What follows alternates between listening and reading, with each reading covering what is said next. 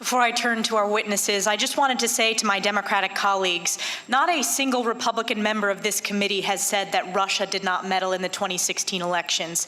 As the ranking member stated, we published a report focused on Russian active measures in 2016 with policy recommendations as to how we strengthen our cyber resiliency and election security to counter Russia.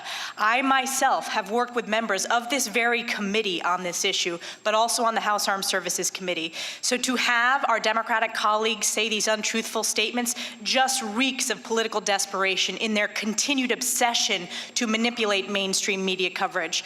But the good news is the American people understand that this has been a partisan process from the start. The Democratic coordination with the whistleblower, the incessant and astounding leaks, the unprecedented closed-door process, closed to the majority of members, closed to the press, closed to the people, starting this inquiry without taking a vote. And then when finally forced to take a vote, the vote was with bipartisan opposition.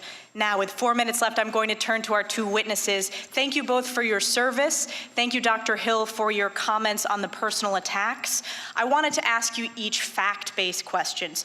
Dr. Hill, you testified that you handed over your duties on the NSC to Tim Morrison on July 15th and that you physically left the White House on July 19th, correct? That is correct, yes. So that means that by the time there was the July 25th call with President Trump and President Zelensky, you were no longer on the NSC, correct? Actually, I was still technically on the payroll of the NSC until the end of August 30th of 2019, but I was not physically in the building and I'd handed over my duties to Mr. Morrison. And you were not on the call? I was not on the call, that is absolutely correct. And it's also correct that you did not participate in the preparation of talking points or the specific coordination of setting up the call? Not for that call, but let me just say for the record that there had been a long anticipation that eventually there would be a call. So there was a call package that was prepared in advance. I just cannot say how much of that call package that had perhaps been prepared since, for example, the inauguration of President Zelensky was then used as the basic material for that call. So I did take part in the preparation of that standard call package, but I did not take part in any preparation for the specific call on July 25th. And the first time you actually read the transcript of the call was when it was released to the public? That's correct. Mr. Holmes, I wanted to turn to you. Good to see you again. Thank you for mentioning the bipartisan delegation that I led on behalf of the House Armed Services Committee with my friend, Representative Anthony Brown from Maryland. We did have an exceptionally informative visit where we highlighted the bipartisan congressional support for Ukraine, in particular the importance of countering Russian aggression. And we discussed in the briefings at the embassy the importance of defensive lethal aid in the form of javelins, which, as you both, I think you stated today, is, quote, an important strategic deterrent to Russia. And I just want to highlight on the record, I know this has been asked, the javelins were provided by the Trump administration and not the Obama administration, correct? That's correct. And I would just say, I think we discussed the importance of all our security assistance to Ukraine, not just the javelins. Absolutely, all of our security assistance, which I strongly support. Again, thank you for being a host on that.